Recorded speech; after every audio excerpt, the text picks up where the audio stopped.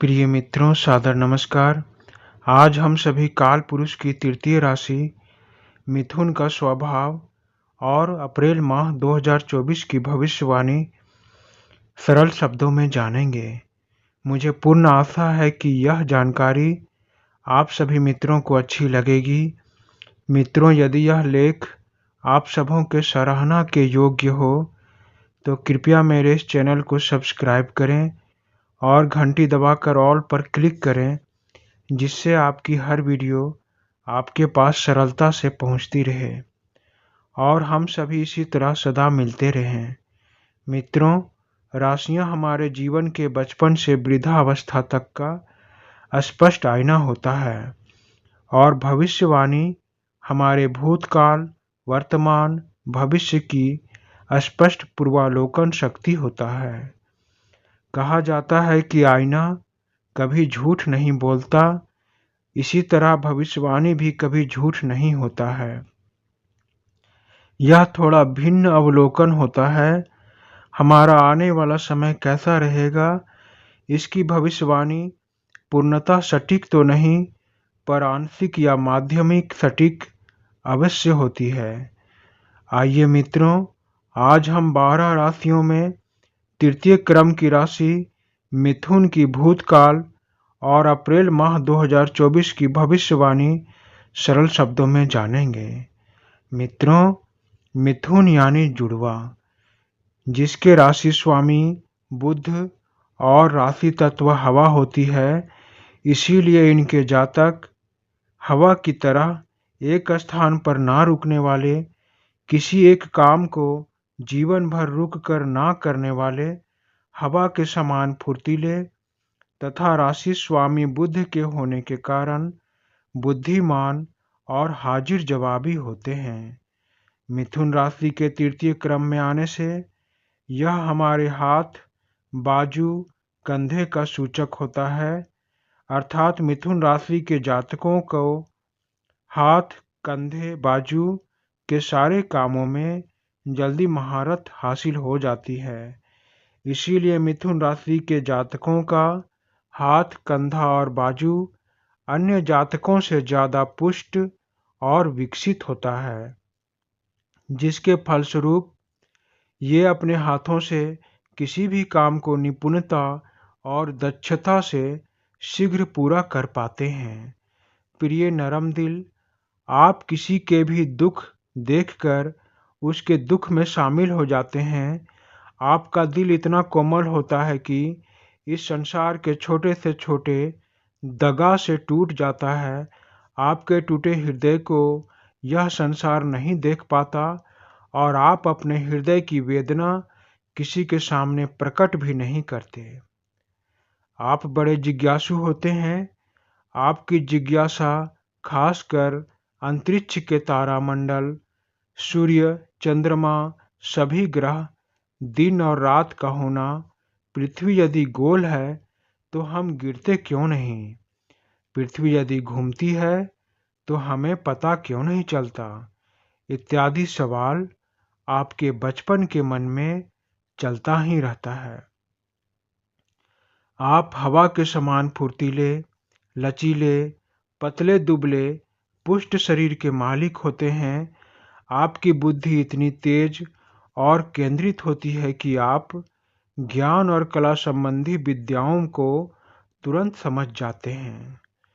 प्रिय संगीत को ध्यान लगाकर सुनने वाले और तुरंत उसे अपने अंदर धारण कर गुनगुनाने वाले, अर्थात एक अच्छे श्रोता और एक अच्छे वक्ता, प्रिय मिथुन राशि के जातक, आपको किताबें पढ़ना और उपन्यास लिखना बहुत पसंद होता है। आपकी राशि तत्व हवा होने के कारण आप हमेशा नई नई जगहों में घूमने और नए नए मित्र बनाने में माहिर होते हैं।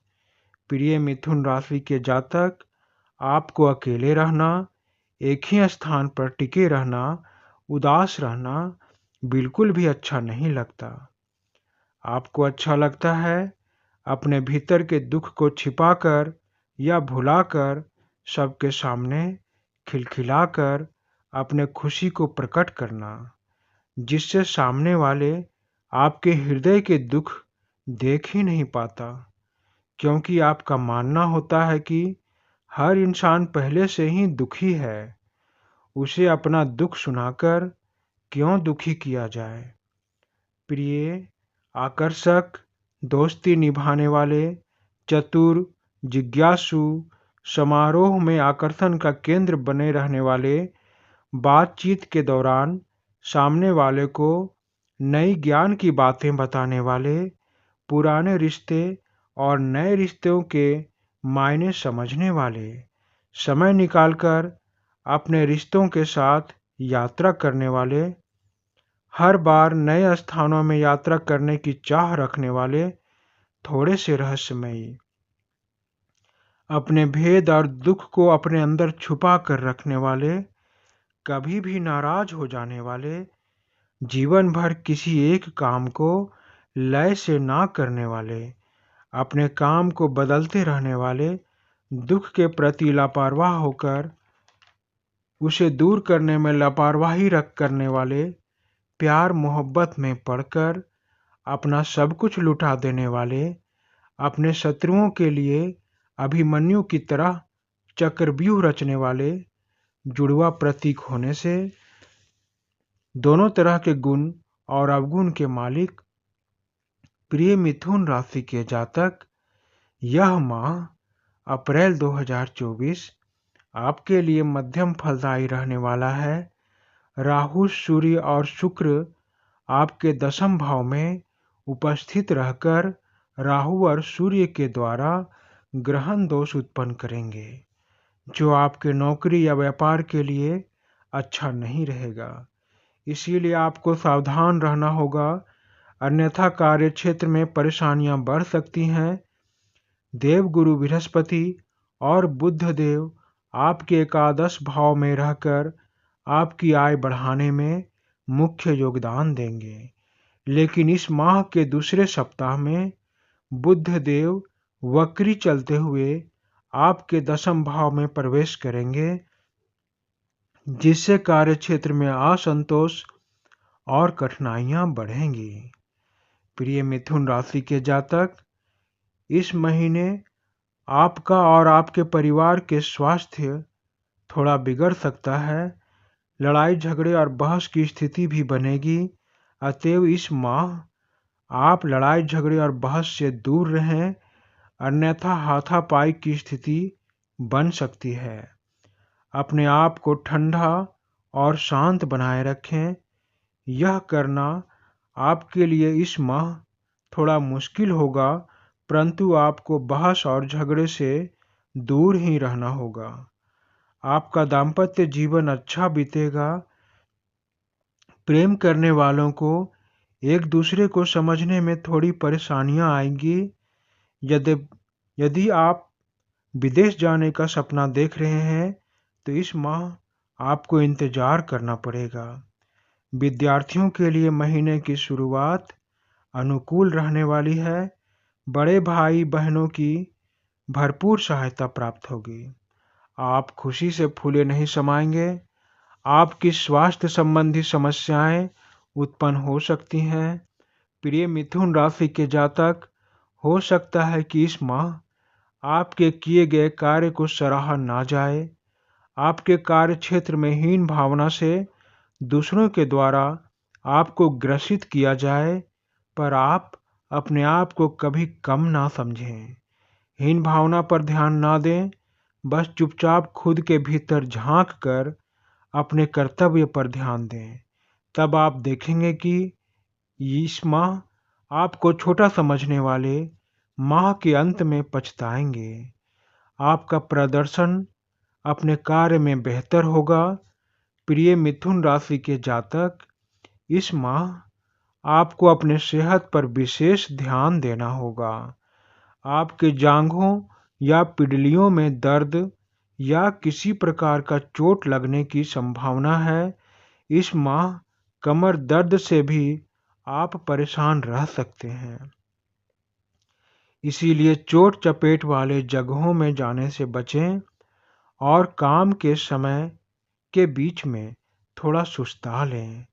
थोड़ी आंखें मूंद लें, तब आप देखेंगे कि आपका काम पहले से जल्दी हो जाएगा। प्रिय मिथुन राशि के जातक, इस माह आपके प्रेम संबंधों में थोड़ी अनबन की स्थिति बन रही है। जीवन साथी आपको लड़ाई या बहस पर मजबूर करेंगे, लेकिन आपको अपनी बुद्धि का सही इस्तेमाल करते हुए इस माह अपने आप को शांत रखना होगा, अन्यथा मामला बिगड़ सकता है। पारिवारिक दृष्टिकोण से यह महीना थोड़ा उथल-पुथल मचाने वाला रहेगा। तनाव पूरे महीने आपके परिवार में व्याप्त रह सकता है। आप अपने पिता के स्वास्थ्य को लेकर इस माह चिंतित रहेंगे।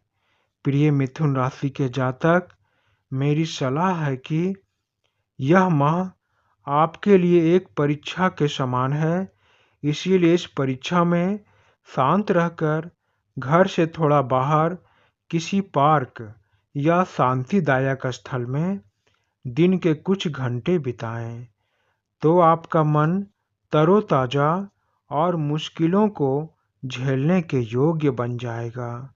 बीच-बीच में पास के मंदिर में प्रातः पूजन करने जाएं, इससे आप में सकारात्मकता की शक्ति आएगी। विशेष विष्णु सहस्त्र नाम का रोज एक बार पाठ करें, भगवान विष्णु का ध्यान और पूजा करें। ईश्वर की कृपा सदा आपको मिलती रहे, आपका कल्याण हो। धन्यवाद मित्रों, धन्यवाद।